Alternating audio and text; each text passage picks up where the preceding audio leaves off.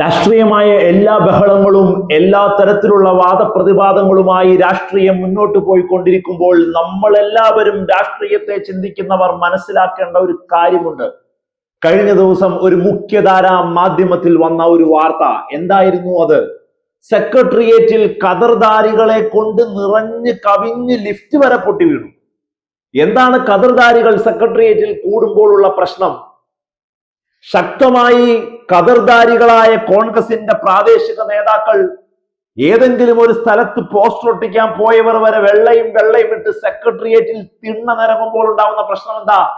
കഴിഞ്ഞ 10 വർഷം നേടിയെടുക്കാൻ പറ്റാത്ത വലുതും ചെറുതുമായ മുഴുവൻ കാര്യങ്ങളെയും സാധിപ്പിച്ചെടുക്കാൻ വേണ്ടി മന്ത്രിമാരുടെ ഓഫീസുകളിലും സെക്രട്ടേറിയറ്റിന്റെ കാര്യനിർവഹണ പരിപാടികൾ നടക്കുന്നിടത്തും കയറി നിരങ്ങുകയാ കോൺഗ്രസുകാർ.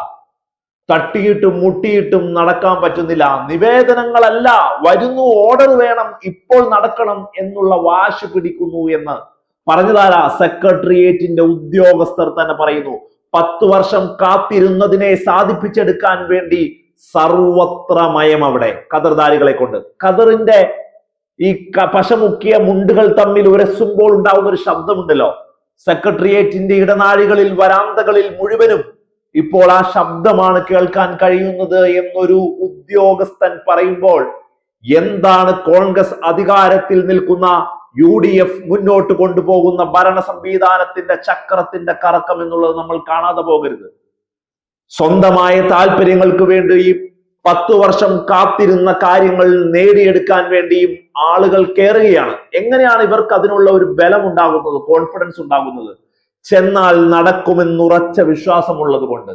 LDF അധികാരത്തിലുള്ളപ്പോൾ ഇത്തരത്തിലുള്ള നിവേദനങ്ങളിലൂടെ, ഇത്തരത്തിലുള്ള റിക്വസ്റ്റുകളിലൂടെ കാര്യങ്ങൾ നേടിയെടുക്കാൻ കഴിയില്ല എന്ന വിശ്വാസം LDFകാർക്ക്, CPMകാർക്ക്, CPIക്കാർക്ക്, LDFന്റെ ഘടകകക്ഷികൾക്കുണ്ട്. അതുകൊണ്ട് തന്നെയാണ് കഴിഞ്ഞ 10 വർഷം വലിയ പ്രശ്നങ്ങളില്ലാതെ, ഇത്തരത്തിലുള്ള ഒരു എസ്കലേഷൻ ഇല്ലാതെ ഭരണചക്രം ഭരണസിരാകേന്ദ്രത്തിൽ കറങ്ങി മുന്നോട്ട് പോയത് എന്നുള്ളത്. പക്ഷെ ഇപ്പോൾ നിങ്ങൾ നോക്കൂ, ഒരാൾ പോയിട്ട് പറയുന്നു, അവിടെ ചെന്നു, കണ്ടു, കാര്യം നടക്കും, അടുത്തയാളും പോകുന്നു. അവിടെ ഒരു മോട്ടിവേഷണൽ ഫാക്ടർ ഉണ്ടാകുന്നു എന്നുള്ളതാണ്.